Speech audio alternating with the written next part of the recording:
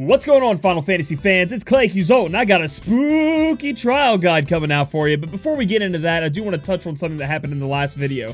I did mention that I was only using one TMR on Jake, which was the Aqua Blade, and by my miscalculations, I was also using the L's TMR, which I totally thought those were like, I don't know, just like not TMRs, and I almost used a monster breastplate and I took that off. It's gotten to a point now where I'm taking TMRs and event things and I think I get from events and mushing them together. I'm gonna have to be more careful of that. Now, as far as like, I did get a little bit rough with someone in the comments kind of, and I left it there. I'm gonna own up to it. My bad on that, buddy. I didn't mean to get that rough with you. It's just, I worked really hard on making this guide, that last guide, entertaining, funny, edited a lot. It took me, you know, quite a few hours to get that bad boy done, and then when I look at the comments and I see that, I don't know, mess with me, but it is my mistake, and I'm sorry, I won't make that happen again.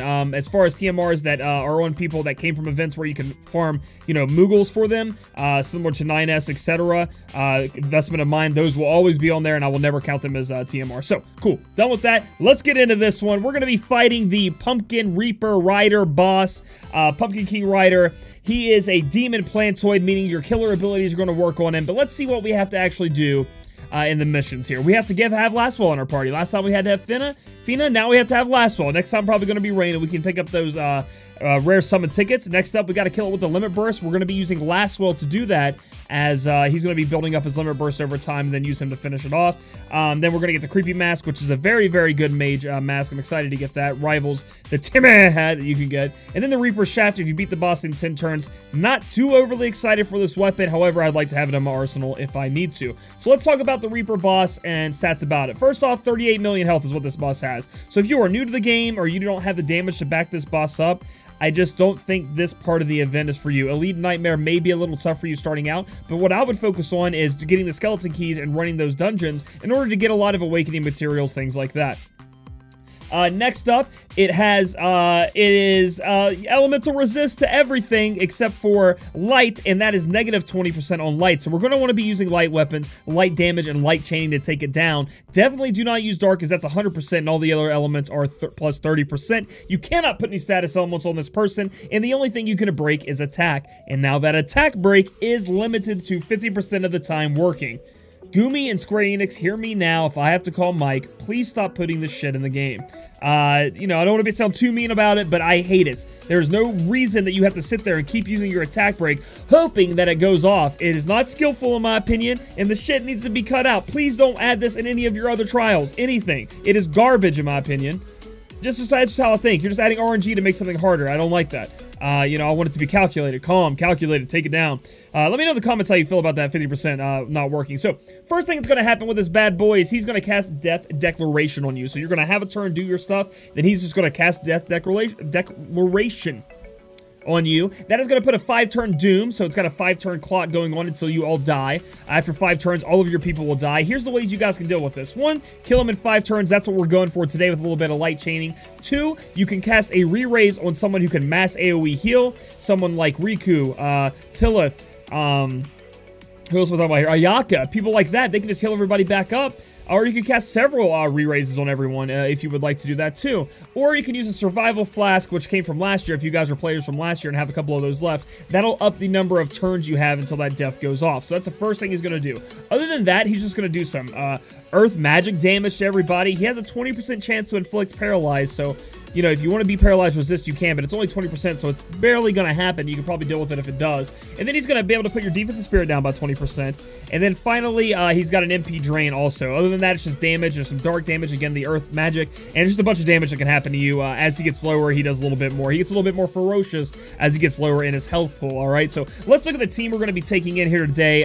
The unit I am going to be taking on as my friend unit is Agrias. I personally just do not have the Chris up. I've tried. I sat here for a couple hours trying to maybe get enough Chris to awaken my own Agrias. So I'm going to take my friend Agrias as the person that I would use, and then we're going to take my Orlando as my friend unit, okay? So looking at Warrior of Light here, he is going to, what is his role in this team? He's going to try to attack break, I think, for the first 3 turns, and then he's just going to start provoking to take damage. So this is what we've got put on him. You know, he's somewhat defensive there.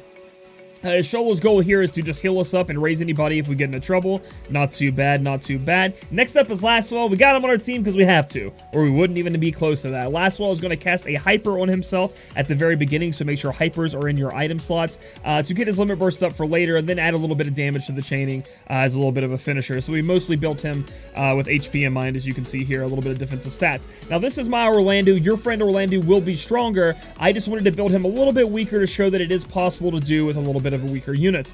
You can see here I have Genji Blade, Durandal, Kingsglaive Hood, Demon Mail, Sunberet, and Sunberet is going to give you that Demon Killer because, again, we want to use Demon and Plant Killers as it's effective on the boss. We'll go in here. We got Demon Killer, we got Plant Killer, we got Dual Wield, and Large Sword Mastery. Again, you guys can use Double Agrias. You guys, if you don't even want to chain with Divine Ruination, let's say you don't want to do that, you can use other chainers. You can use Onion Knight. Just use a light weapon on him. Find another Onion Knight with light weapon. The most important thing here is it's a DPS race. It's not that hard to survive, but you do need to DPS this boss down and damage deal. I guess not DPS. It's a damage dealing race, and you need to do that. So it's important to be able to chain and chain close to perfectly, so you can make sure you get that max damage out of your units. Next up is Soleil. She's just sitting here with a bunch of HP. She's gonna be her role in this team is going to be to buffing our team up throughout the turns. Okay. Then we're gonna go ahead and take a look at this Agrias here. Now this Agrias isn't optimal. Vegeta just had no idea I'd be coming to use his Agrias, but we are. They do have Durandal, so we're gonna be able to use that. Durandal, excuse me. We're gonna be able to use that as our light chaining. And other than that, he sadly doesn't have any of the killer abilities on. He does have attack 606, but it'd be really sweet if he had either Ifrit or Diablos. Ifrit has Plant Killer. Diablos has the Demon Killer, and that would be nice. But we're gonna try to take it down with this. Remember, we want to have Hypers, as you can see here at the bottom of my things, because we want Laswell to be able to kick it up a notch. So we're getting into the fight now, and yeah, so we're into the fight. Here we go. Warrior of Light is going to do on his first turn, he's going to cast his attack break, and we're gonna see if it works out. Okay, it did. So I've gone 4 turns without that working. I've been studying this boss. So it's 50%. It's a coin flip, and you can really just get really messed up on this. But it's really awesome that it went off on the first turn. Ishola's gonna do absolutely nothing on the first turn. Laswell, remember you can use items, is gonna hyper himself to make sure he gets that up there. We are going to use now when you're looking for an Agrias friend. Let's say you don't want to look for an Orlando, or you have an Orlando, you'd probably just use an Orlando, but make sure they have Divine Ruination up. It's very powerful, and this is a way for me to showcase and show you guys how it's going to be. And we're going to put up the attack and defense break thing right here, and we're going to see how much damage we can do with this as we hopefully perfect chain it down. Alright, 85%. That's pretty good on the first turn. Now it's going to do a lot more damage on the coming turns because the Imperil is already applied. Also, we're going to be able to buff up our magic and attack on the next turn through the dances, okay? So Orlando's going to go ahead and do Divine Ruination again. We're going to go with Divine Ruination here. Laswell is just going to be doing his big move that I would call finisher, which is Blade Flash Awaken. Ishtola doesn't have to do anything. And then the Warrior of Light is going to provoke because we do already have our break on him. Now, another thing to look at here is we do have the 5 Doom turns, so we have this turn going all the way down to where we have 1 turn left before we lose, so we want to make sure we're doing as much damage as possible. Wait till close into this chain and hit it off there. So now we're down to 67%, which is pretty dang good, and you can see that for this first turn, he literally, as long as you have a Provoke on, and a pretty meaty tank, the tank is fine, nobody else got hurt, so we can cast Benediction onto our Warrior of Light, heal him all the way back up, and then just have Warrior of Light Provoke again. No big deal there. We'll have Orlando and Agrias use Divine Ruination. Laswell is really close to his TM, but not exactly there. Or not TM, excuse me, his Limit Burst, not exactly there. Now we're putting up our attack and magic with our squad. So guys, a few things here that we need to talk about in the middle of this video. One, have Soleil and Agrias enhanced. If you have them both, you're still struggling with bosses. These 2 people can carry you in fights. Soleil is buffing up and debuffing the boss at the same time. Although we are using Warrior of Light here for a higher debuff, she can still do it if you can't afford that time, along with giving your buff stats up to like a crap load up, over 100%, which is amazing. And then Agrias can actually be the chainer there you need with all of your friend Orlandos if you sadly weren't lucky enough to get one. And then Laswell is going to go ahead and again just kind of cap off the chain there at the end, do a little bit of damage as we move up. So here we go, do damage and then hit Laswell there. And so we got him below 50%, which is good, but that means he's going to be hitting us a little bit more using those, you know, MP's draining abilities. But Nothing too major, nothing too much we can't, you know, we can't deal with, is what I'm trying to say. Guys, it's been a long day, so if my talking gets a little weird, I'm sorry. We're going to use Benediction here. Lastwell does have his Limit Burst ready, so instead of using his attack, our Warrior of Light does need mana, so we're just going to go ahead and pop an Elixir on Warrior of Light. If we were going to pop an Elixir, we didn't really have to heal with Benediction there, but no harm, no foul there. And we're going to use Brave Presence, I do believe, here, as we're still pretty good on that break. Now, the 50% is what makes it a little rough if it doesn't connect in the coming turns, but I think we'll be able to live and have no problem with it. And with Soleil, you always want to keep dancing. Always be dancing. Because you just want it to be able to keep going back and forth with what you need to do. So we'll put our Defensive Spirit back up again. And then we're just going to chain with Orlando and the Agrias. Okay, so we're going to have one more turn after this turn to be able to hit pretty hard. That's the scary part. And then your tank could actually die there. Warrior's Pride! I love when that procs. So now we're going to go ahead and do the... We're going to take this turn to Kuraga our team twice. We're going to use Soleil to put up our magic and attack, because that's what dance she's on. Let's see what we get to here. Pretty high up, everybody's pretty much full. As we can check the boss, is his attack down? It's still down, which is good. It might run out this turn, but I'd rather just Brave Presence anyway, just in case. We don't want anybody dying. And we need a little bit of mana on Agrias, so we're going to go ahead and throw an Elixir on her as well, just so we have that ready to go.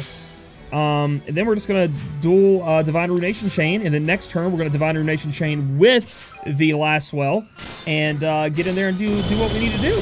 So down to 11%, that's pretty good. And let's see if we survive this turn without anybody dying. I mean, Warrior of Light can actually die here, and it wouldn't be that bad. Cool. So we made it. So I just want to go ahead and, again, go to menu. One thing I want to point out, again, is you don't have to have the strongest units in the world. We have a 726 Orlando. It's not the 1K club. People talk about the 900 club. It's fine, dude. It's fine. We have it right here. The killer abilities are very important. Remember, you get those from the story. The most important thing here is to have them pretty, you know, above 500, 600, that's where you want them, with the killer abilities, because our Agrias here, who's our other attacker, has 606 attack, and doesn't have any of the killers on. Has none of the killers on. She would be doing much more damage if she had the killers on. So it's very possible for you guys to do it. You just need to get 2 units that can chain together, and that's why it's so important to have people that can chain, okay? Chaining is very important. So on this turn, we're going to go ahead and use Soleil. What is her dance on? Wait, actually, it's time to kill. Never mind. So it's time to kill. We're going to use double Divine Ruination.